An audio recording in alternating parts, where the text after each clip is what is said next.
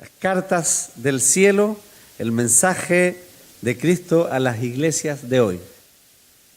El Apocalipsis, amados hermanos, es un libro que se lee poco. Es un libro que se estudia poco. Y es un libro que se predica poco.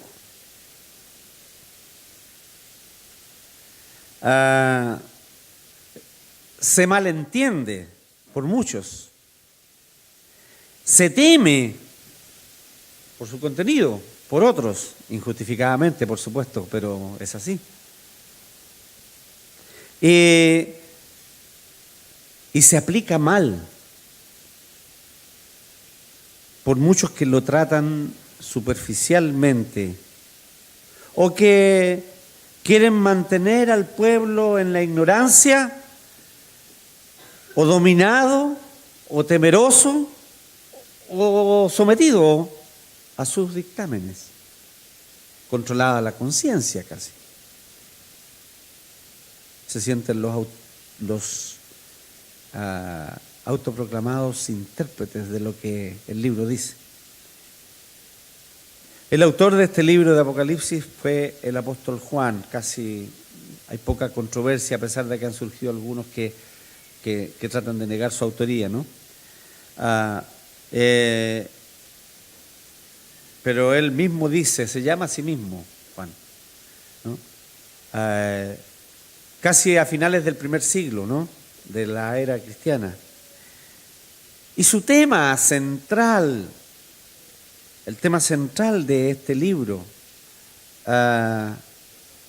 es la victoria del Señor Jesucristo, su reino eterno y el triunfo de su iglesia que Él rescató, redimió con su sangre. Ese es el tema del libro. Todos los detalles y todas las historias que cuentan, toda la simbología que encierra y todas las cosas que dice, solamente están apuntando al triunfo final, al triunfo del Señor Jesucristo y al triunfo de los que creen en Jesucristo, que Él vino a redimir con su sangre. Es un libro con mucha simbología. El número 7, por ejemplo, que tiene un significado en la literatura hebrea y en todo el contexto bíblico, como la perfección o la totalidad. El número 7 aparece 54 veces en el libro. Aquí en este capítulo que lo leímos aparece, en el que leímos alternadamente, y lo que vamos a leer ahora aparece ya varias veces. Se nombra de los 7 ángeles, las 7 estrellas, los 7 candeleros, los 7 sellos, las 7 iglesias, las 7 copas, etcétera, etcétera. Lo que importante debemos decir es que es un libro para la iglesia, por eso el título de la serie, de todos los tiempos y lugares. Es un libro para la iglesia de hoy. Es un libro que no pretende infundir temor en los creyentes. Hay quienes enfatizan la gran tribulación y todo lo que está allí establecido y los sufrimientos que asustando a los creyentes, cuando en realidad es un libro que debiera causarnos profundo gozo, porque la victoria final no solo está anunciada, sino que es asegurada totalmente, la victoria del Señor Jesucristo y de sus escogidos. No vamos a estudiar todo el libro ni a predicar sobre todo el libro, en realidad no fue nuestra intención inicial, solamente sobre estas 7 cartas. Así que vamos a dar lectura hoy al capítulo 2 del Apocalipsis, del 1 al 7. La lectura alternada fue para ponernos en el contexto de lo que vamos a hacer, ¿no?, estos días siguientes. Y dice el texto ahí en Apocalipsis 2, del 1 al 7, escribe al ángel de la iglesia en Éfeso, el que tiene las 7 estrellas en su diestra, el que anda en medio de los 7 candeleros de oro, dice esto: yo conozco tus obras y tu arduo trabajo y paciencia, y que no puedes soportar a los malos, y has probado a los que se dicen ser apóstoles y no lo son, y los has hallado mentirosos. Y has sufrido, y has tenido paciencia, y has trabajado arduamente por amor de mi nombre, y no has desmayado. Pero tengo contra ti que has dejado tu primer amor. Recuerda, por tanto, de dónde has caído y arrepiéntete y haz las primeras obras, pues si no, vendré pronto a ti y quitaré tu candelero de su lugar si no te hubieres arrepentido. Pero tienes esto, que aborreces las obras de los nicolaítas, las cuales yo también aborrezco. El que tiene oído, oiga lo que el Espíritu dice a las iglesias. Al que venciere, le daré a comer del árbol de la vida, el cual está en medio del paraíso de Dios. Amén.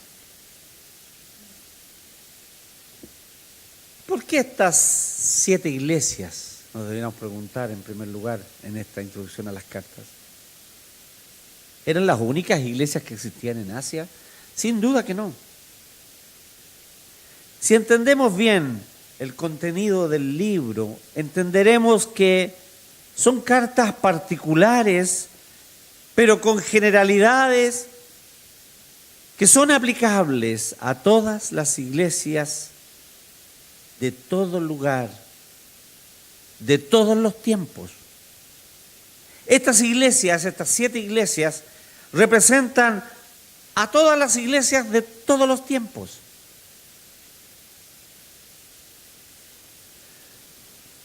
No son tampoco, como algunos pretenden, 7 períodos de la historia de la iglesia, como algunos que son conocidos como los dispensacionalistas, ¿no?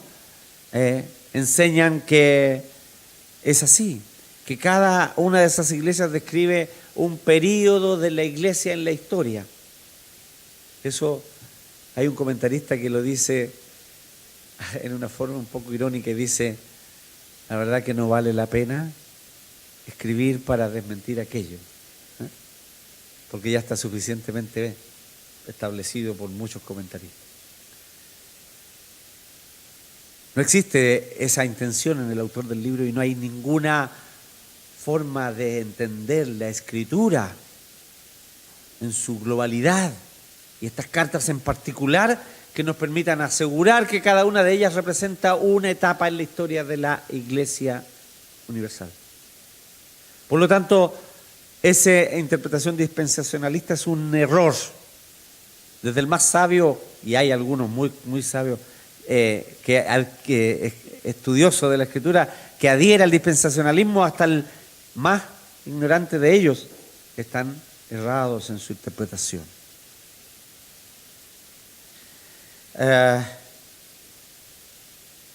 Pues lo que estas cartas describen está y ha estado presente en todas y cada una de las iglesias que se ha formado a través de los siglos, en una mayor o menor medida.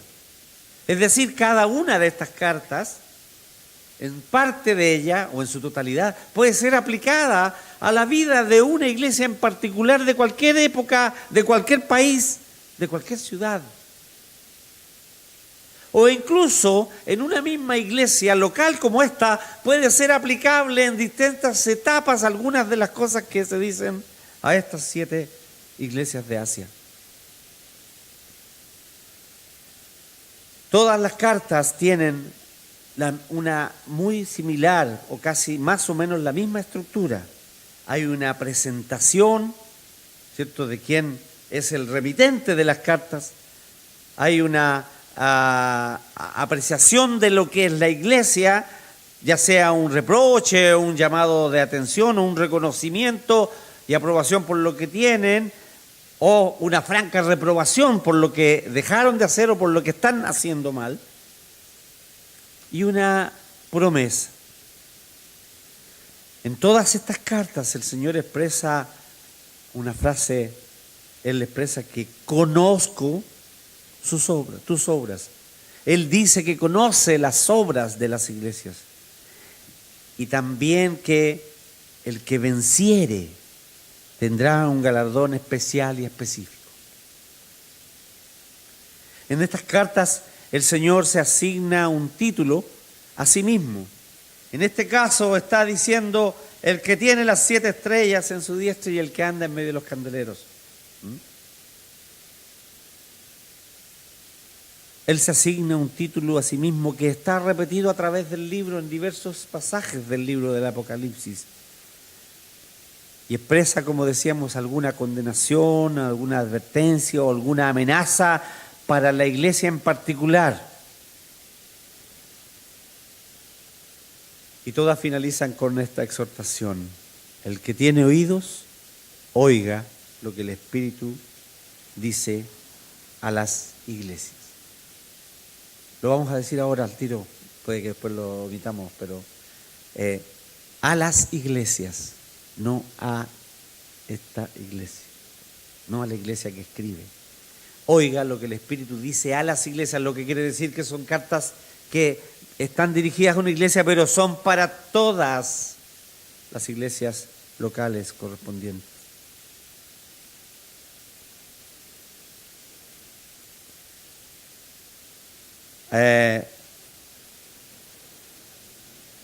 Es de notar que a todas, salvo a la Odisea, una de las 7, el Señor en todas ellas encuentra algo digno de reconocimiento y recomendación a afirmar, a mantener, a continuar o a imitar. Y en 5 de ellas, salvo Esmirna y Filadelfia, encuentra algo condenable, algo reprochable. De partida veamos que Cristo es quien está presente en medio de su iglesia. Él dice en el versículo 20 del capítulo que leímos alternadamente: el misterio de las 7 estrellas que has visto en mi diestra y de los 7 candeleros de oro es. Las 7 estrellas son los ángeles de las iglesias, de las 7 iglesias. Y los 7 candeleros que has visto son las 7 iglesias. Es decir, son los líderes o los pastores de esas 7 iglesias y las iglesias. Y después dice, el que tiene las 7 estrellas, los líderes, los pastores.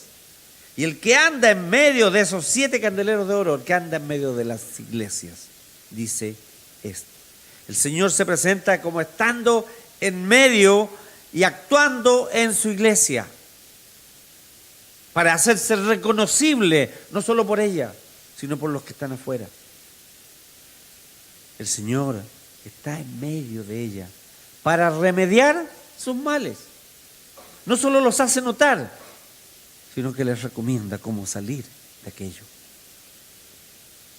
En todas las iglesias el Señor reconoce que hay personas fieles y hay personas infieles. Él las conoce, Él sabe.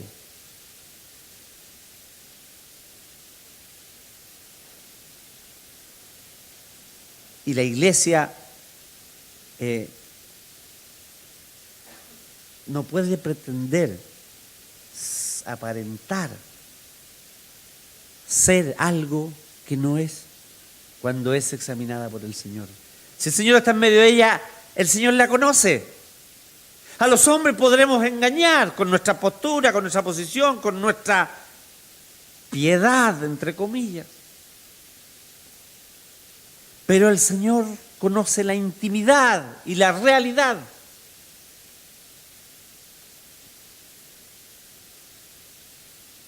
El Señor también, estando en medio de ella, en la iglesia da oportunidad de arrepentimiento del mal camino, de volverse del mal camino, y antes de que Él pueda aplicar su juicio, antes que pueda establecer su juicio sobre la iglesia, le da oportunidad a cada una de ellas. Y finalmente el Señor también, que estando en la iglesia en el medio, dice, les da gloriosas promesas a aquellos que vencen. Podríamos deducir de aquello que hay algunos que a lo mejor no van a vencer. El texto no lo dice ni se explaya en aquello. Solo hace la advertencia. Al que venciere, le daré, o le haré, o recibirá. Está ahí la promesa. Al que venciere. En aquello específico que el Señor está diciendo a la iglesia. Esta carta a la iglesia, al mensaje a Éfeso, nos pone en el contexto de una ciudad que era próspera. puerto principal como Valparaíso, ¿no? Ahora que a pesar que con los cruceros se fueron para San Antonio, pero sigue siendo el puerto principal, ¿no? Algunos en el norte dicen, Iquique es puerto, los demás son caletas. ¿Ya? Todos los que viven en una ciudad portuaria vivimos cerca de una ciudad portuaria, pensamos que ese es el puerto mayor, ¿no? Es una ciudad con gran comercio, una ciudad económicamente fuerte, famosa porque allí se ubicaba el templo de Diana, ¿se acuerdan? Grandes Diana de los Efesios, gritaban allí cuando iba Pablo ahí en medio de la ciudad. Y ellos, habían artesanos que hacían templecitos de Diana, de diversos, de piedra o de metales, y los vendían y hacían su fortuna en aquello. El templo era un lugar no solo de culto idolátrico, sino que un centro de negocios, y además daba empleo a mucha gente, incluida la prostitución, ¿cómo se dice esta? Cúltica. Era una ciudad que no solo era accesible por mar, que las grandes naves que llegaban ahí, sino que por tierra tenía acceso o comunicaba con grandes e importantes ciudades del Asia Menor. Una ciudad que Pablo visitó, estuvo allí en sus viajes misioneros, y allí se establece una iglesia en la cual él pasó, dice el libro de los Hechos, que pasó 3 años con ellos en su tercer viaje misionero, adoctrinándoles, enseñándoles, y que de vuelta, de regreso de su viaje misionero, él llama a los ancianos de Éfeso, cuando estaba en Mileto, y él los llama para exhortarles la palabra, y exhortarles sobre que él ya no los va a ver más y cómo deben cuidar la iglesia del Señor. Y deja posteriormente encargado de esta iglesia a Timoteo, su fiel discípulo, hijo en el Señor. Posteriormente nos encontramos que Juan, en la historia, que Juan, el apóstol, está a cargo de esta iglesia. Y estando allí, él es apresado por uno de los emperadores y enviado en el exilio a la isla de Patmos, donde recibe esta visión. Resumiendo esta historia de Éfeso, podemos decir que ya era una iglesia de unos 40, 45 años, ¿no? En este tiempo. O sea, era una iglesia, entre comillas, adulta, no era adolescente. Cuando se escribe esta carta a esa iglesia. Hay una nueva generación, una generación que ha ido tomando el control y la vida de la iglesia, después que ya ha pasado la primera generación que estuvo en ella, que la formó, que recibió directamente las enseñanzas de Pablo y de quienes estaban con él en los primeros tiempos.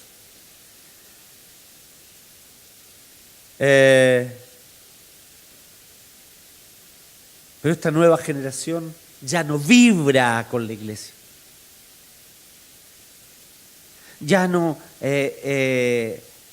experimentan el entusiasmo que tuvieron los primeros que formaron parte de ella. Y tampoco la devoción que mostraron sus antecesores con el Evangelio, con la predicación. Y de ahí el reproche que les hace el Señor, aunque ellos permanecen fieles en la doctrina. Parece una paradoja, ¿no? Una contradicción tal vez. Pero es así, el reproche del Señor es así. Veamos algunas de las cosas que el Señor, que la carta nos revela y que podemos destacar de esta carta. Como decíamos, el Señor saluda y dice que Él está en medio de la iglesia. Y Él está en medio de la iglesia para que esta iglesia pueda tener seguridad, para darle seguridad, que Él está actuando en la iglesia, que la iglesia no está sola, que no la ha dejado sola. El que tiene el control en su mano de aquellos que están dirigiendo y el que anda en medio de la iglesia, ese es el que dice algo. No es cualquiera que está escribiendo. Es el Señor de la iglesia el que escribe. Y note que el Señor hace un elogio a la iglesia. Su apreciación, como decíamos en esta valoración que hace de cada una de las iglesias, en las cartas, en esta carta a Éfeso, es una apreciación que es positiva hacia la iglesia. Reconoce sus virtudes, dice: yo conozco tus obras y tu arduo trabajo y paciencia, y que no puedes soportar a los malos, y has probado a los que dicen ser apóstoles y no lo son, y los has hallado mentirosos, y has sufrido, y has tenido paciencia, y has trabajado arduamente por amor de mi nombre, y no has desmayado. Era, por supuesto, una iglesia con virtudes.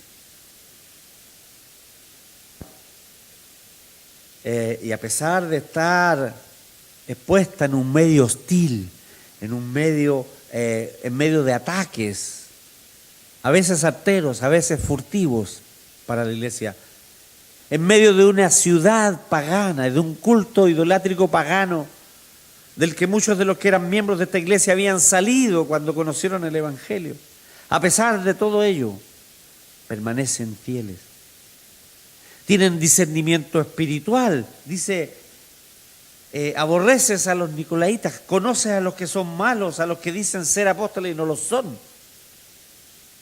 Logra detectar y logra rechazar a aquellos que quieren pervertir el Evangelio del Señor y a la iglesia del Señor.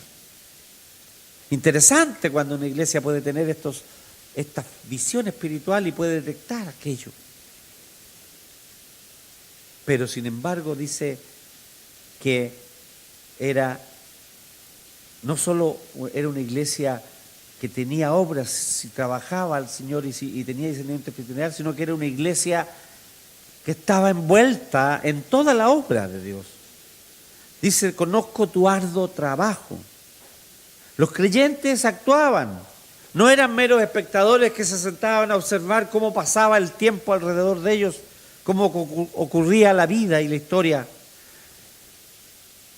Se involucraban en el trabajo, incluso estaban involucrados en la extensión del Evangelio en la región para alcanzar a otros con el Evangelio del reino de los cielos.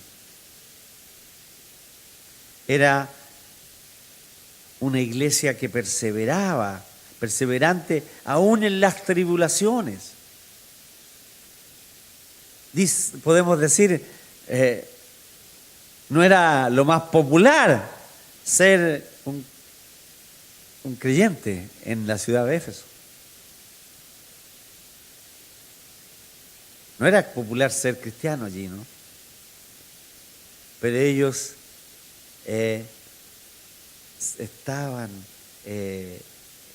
conscientes de aquello y persistían en enfrentar las pruebas que debieran sufrir en nombre del Señor Jesús. Estaban dispuestos a sufrir por el Señor Jesús.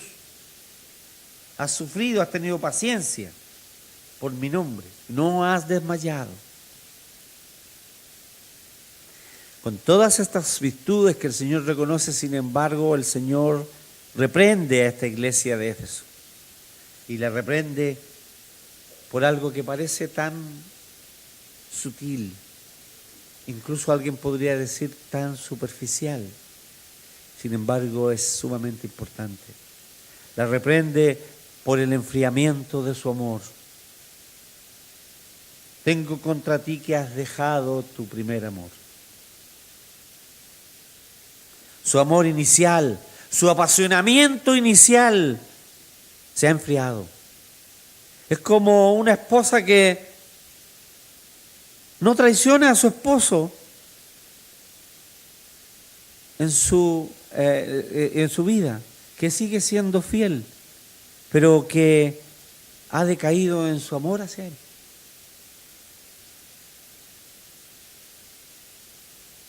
La iglesia, del mismo modo, puede ser muy fiel en la asistencia a los cultos, en la entrega de sus diezmos, en la mantención de la obra, sí. Puede ser muy fiel en la ortodoxia, pero caer en la devoción hacia su Señor, en el amor hacia su Señor.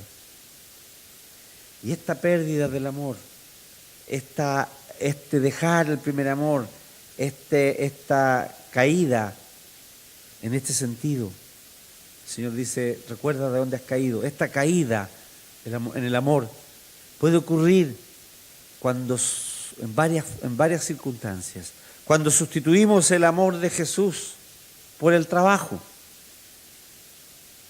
es decir, por el activismo. Hacemos muchas cosas, no tenemos tiempo ni para la oración, ni para la meditación, ni para la lectura bíblica, o ni para el estudio adecuado de la palabra, no, porque estamos en muchas actividades. O incluso cuando es sustituido por la ortodoxia, por el celo doctrinal. Y se está buscando allí donde hay la falla para criticar. Pero también esta caída, esta pérdida del amor puede ocurrir cuando nuestro amor por Jesús es sustituido por nuestro celo religioso. Es decir, nos transformamos en unos apologetas o defensores de la teología, de la fe, de nuestras convicciones, pero ya no nos deleitamos verdaderamente en Dios, en su Espíritu, en su presencia. Una especie de fariseísmo adornado, de religiosidad sin profundidad, sin sentimiento, que no nos llega a lo profundo de nuestro corazón, de nuestro ser. El amor también se enfría cuando nuestro conocimiento teológico no nos lleva a afianzarnos, a aficionarnos, más por Dios y a entregarnos a Él con cuerpo y alma, a pegarnos a Él. Como dice un canto por ahí, estoy pegado a ti. Estar así de esa forma, viviendo con el Señor. Podemos ser excelentes teólogos, pero no tener nada adentro que nos mueva ese conocimiento teológico a adorar, a humillarnos ante el Señor y a rendirle plena adoración y a entregarnos a Él en cuerpo y alma. También podemos abandonar el primer amor cuando examinamos a los otros, escudriñamos cómo son, los juzgamos a veces privada o públicamente y no nos examinamos a nosotros mismos. Somos incapaces. Daniel Niles, un pastor tailandés, decía siempre, cuando nos comparamos con otros tendemos a buscar a otros que sabemos que están más abajo que nosotros. Porque ese es el sentido que tenemos de la bondad. Yo soy como el hombre de la parábola, ¿no? No soy como este publicano. Yo no soy un ladrón, yo no soy un estafador, yo no mato, yo no hago esto, no hago lo otro. Yo no le hago mal a nadie. Pero también ahí estamos abandonando el amor, el primer amor. Sin embargo, el Señor le dice a esa iglesia, recuerda, la llama, Él le ofrece una chance de un nuevo comienzo. Recuerda de dónde has caído. Recuerda qué es lo que viviste. Recuerda cómo era tu relación. Reanuda ese contacto diario con tu Señor, esa relación íntima con el Señor.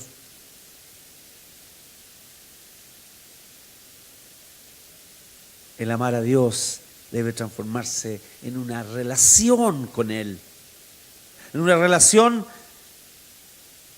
diaria, constante y permanente con Él. Arrepiéntete, es decir, cambia el rumbo. Vas para allá, tienes que volverte al otro lado. Eso es arrepentirse, es darse vuelta. Arrepiéntete y vuelve a practicar las cosas que hacías al comienzo. Haz las primeras obras, aquellas en las que el Señor probablemente se deleitaba, en las que ellos también tenían placer y gozo espiritual.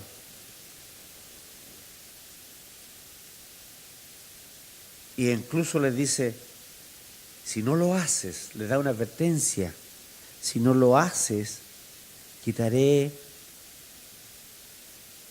el candelero de su lugar. Es decir, está diciendo, esta iglesia, si no cambias, si no vuelves a lo que eres, va a ser una iglesia muerta. Activista, teológicamente tal vez correcta, pero muerta. Vuelve al primer amor, vuelve de dónde saliste, de dónde partiste, de dónde iniciaste.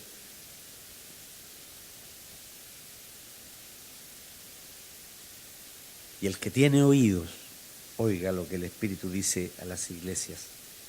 Esta carta, como decimos, es para todas las iglesias. Para la iglesia de Éfeso, para la iglesia de Asia Menor, para las iglesias actuales, para esta nuestra iglesia.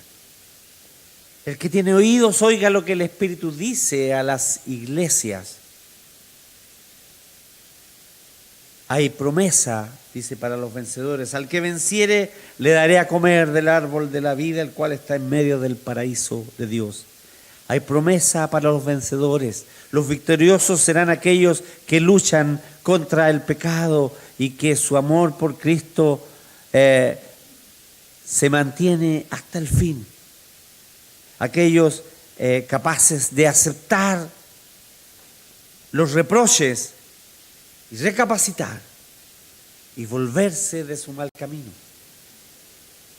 Si usted, yo y ninguno de los creyentes somos perfectos, ninguno de nosotros es santo en el sentido de tener la perfección de la santidad, pero sí estamos en un camino de santidad, el cual el Señor perfeccionará el día que Él venga.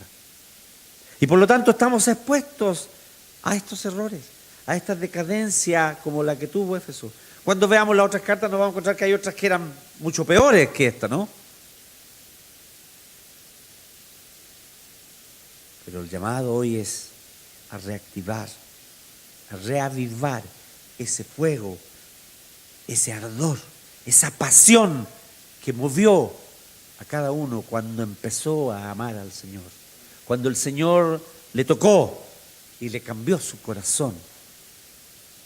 Para vencer, para tener esta promesa de victoria, hay que oír lo que el Señor dice, hay que escuchar su reproche, hay que arrepentirse y una vez recapacitado, volverse al primer amor y entusiasmarnos como al principio. Volver al primer amor y al entusiasmo inicial. El Señor está en medio y con su iglesia, en medio de y con su iglesia. Él la conoce, Él sabe sus debilidades y sus fatigas, pero también conoce sus fortalezas. Él quiere seguir o quiere volver a ser lo primero, lo mayor, lo más importante, a tener el primer amor, la mayor dedicación y devoción. ¿Cómo está usted? ¿Le llega el reproche del Señor? ¿Se ha distanciado de aquel primer amor cuando le conoció? ¿Debe volver al primer amor? Hay que oír lo que el Señor le está diciendo a la iglesia. Cuando le dice a la iglesia, se lo dice a usted, me lo dice a mí.